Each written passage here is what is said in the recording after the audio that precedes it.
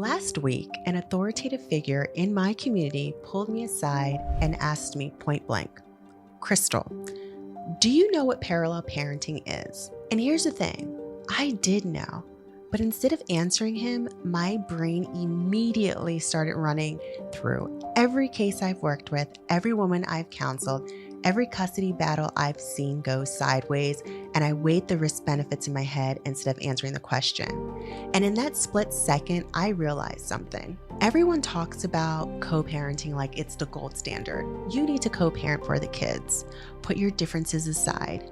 Be the bigger person. But what if I told you that traditional co-parenting with a narcissist isn't just hard, it's impossible. And trying to force it is actually keeping you trapped in an abusive cycle. Co-parenting requires mutual respect, shared decision-making, and emotional maturity. And your ex has none of that.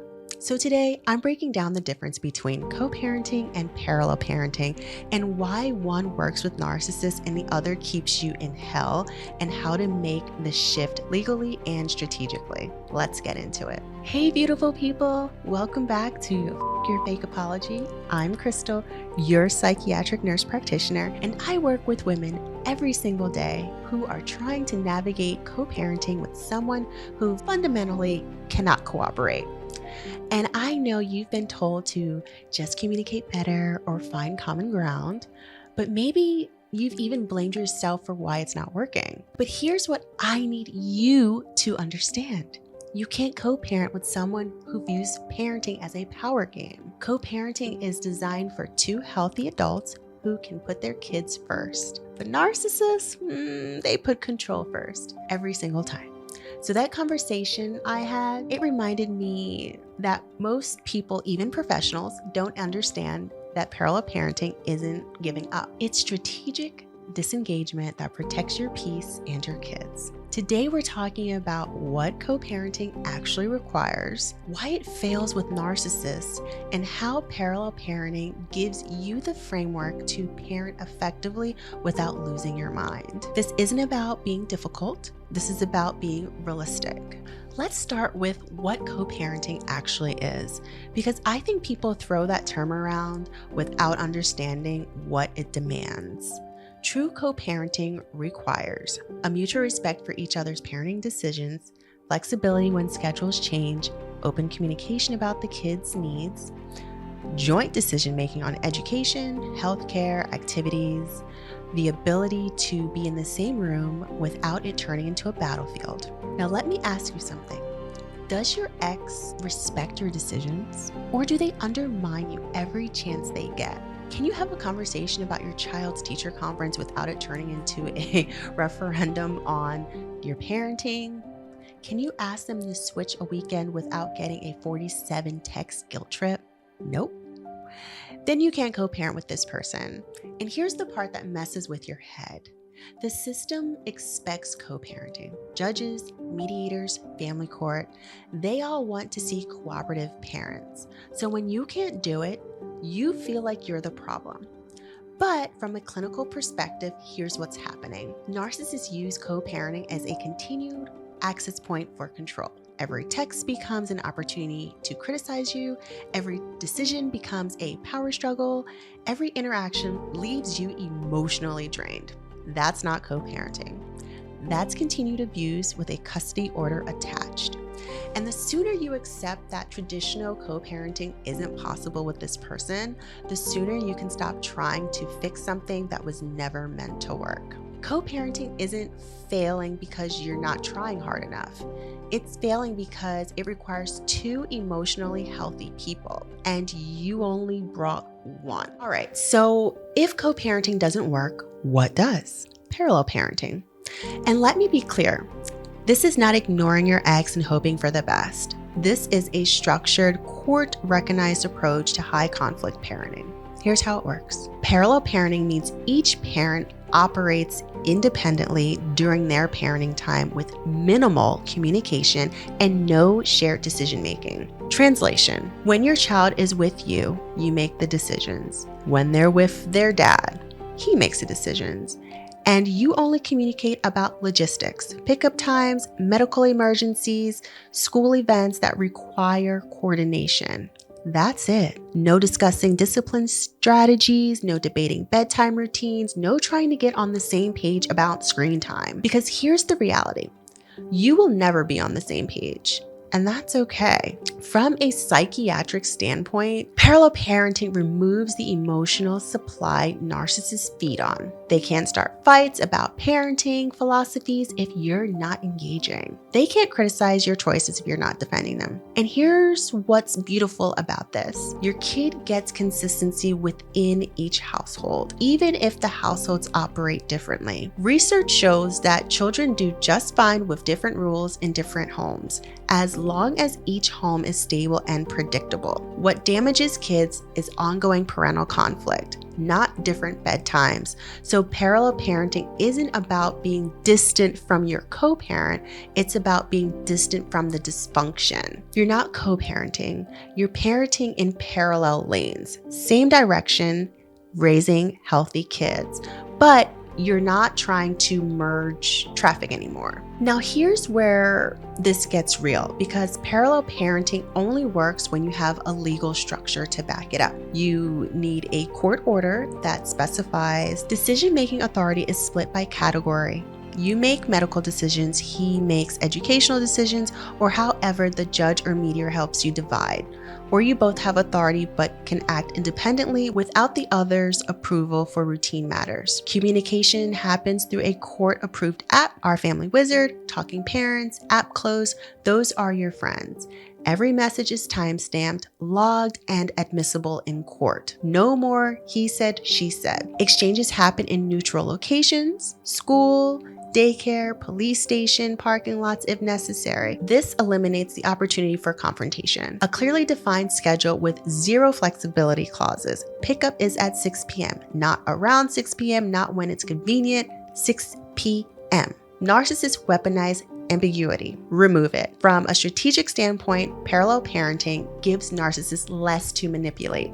When the rules are crystal clear and documented, they can't gaslight you about what you agreed upon. And when they try to violate the order, because they will, you have documentation to take back to court. Here's what I tell my clients. Parallel parenting isn't about keeping the peace. It's about removing the battleground. You don't need his cooperation. You just need a court order that doesn't require it. Now let's talk about communication, because this is where a lot of women get trapped.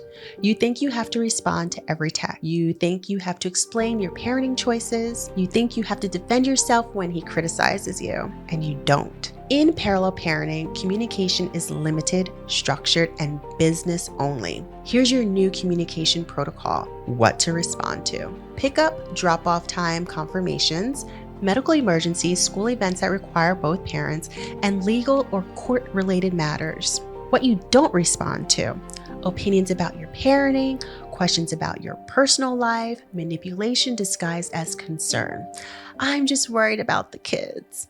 Guilt trips, insults, or bait when you do respond. You use BIF communication. Okay? Brief, informative, friendly, and firm. Example. He texts, "The kid said you let them stay up until 10 p.m. on a school night. That's irresponsible and exactly while they're struggling in school. We need to talk about this." Your BIF response: "Bedtime routines during my parenting time are my decision. If you have concerns about their academic performance, direct it to their teacher." Done. No defense, no explanation.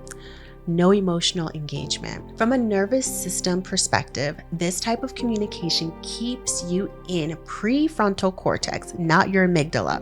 You're not reacting from a place of fight or flight. You're responding from a place of strategy. And over time, something magical happens.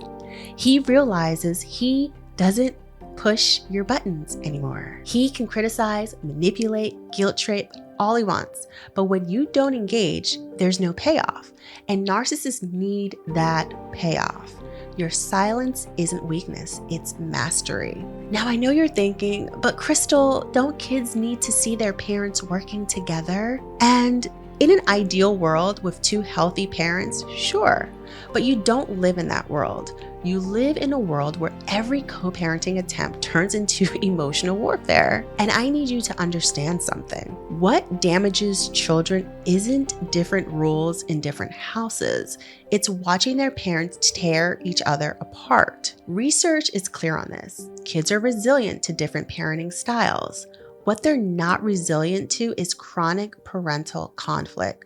Watching a parent be emotionally abused or being used as messengers or spies. Parallel parenting removes your children from the middle.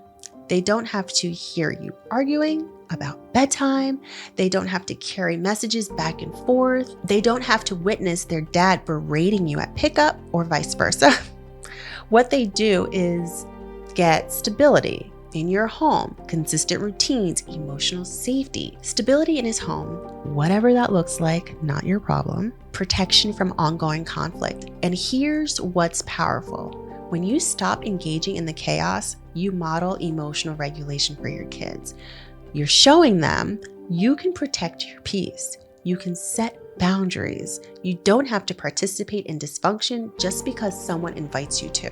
That's not just good parenting. That's teaching them how to navigate manipulative people for the rest of their lives. So when do you move from trying to co-parent to implementing parallel parenting? Here are the signs it's time. 1, every reaction leaves you emotionally drained or anxious. You dread seeing his name pop up on your phone. You rehearse conversations in your head before texting him. You need to find a friend to check your messages before you send them. 2, he uses the kids as weapons or messengers. Tell your mom she doesn't care about you like I do. Pumping the kids for information about your life. 3, simple logistics turn into hours-long text battles. You ask about switching a weekend and got 30 texts back. 4, he violates agreements and then gaslights you about them. I never said that. You're remembering wrong. You're being unreasonable. My favorite. 5, your mental health is suffering. Anxiety, depression, panic attacks when dealing with him. You're not sleeping. You're constantly in fight or flight. If you checked even 2 of those boxes, it's time to parallel parent. And here's what I want you to know. This isn't giving up. This is choosing your mental health so you can be the parent your child needs. You can't pour from an empty cup, and co-parenting with a narcissist will drain you dry. All right, let's bring this home. Co-parenting works when you have 2 emotionally mature adults who can prioritize their children over their egos. Parallel parenting works when you have reality, okay? It's not ideal, but it's effective, it's strategic, and it protects both you and your kids from ongoing emotional warfare. Here's what you need to remember. Co-parenting requires cooperation. Parallel parenting requires structure. You don't need his approval to protect your peace. Different rules in different homes won't damage your kids, but ongoing conflict will. Boundaries aren't mean, they're mandatory. Your calm, consistent presence in your home is worth more than forcing a co-parenting relationship that doesn't exist. So if you've been beating yourself up for not being able to co-parent with your narcissistic ex, I need you to stop right now. You're not failing at co-parenting. You're succeeding at protecting yourself. And that conversation I had with that authoritative figure, I told him the truth. Parallel parenting isn't plan B. For high conflict situations, it's the only plan that works. If this resonated with you, drop a comment and let me know if you're ready to make the shift. If you need a parallel parenting plan template or communication scripts, check out my link in bio. I'm Crystal, your Psych MP, and this is your fake apology. You're not broken, sis. You're just done playing by rules that were designed to keep you stuck. Take care.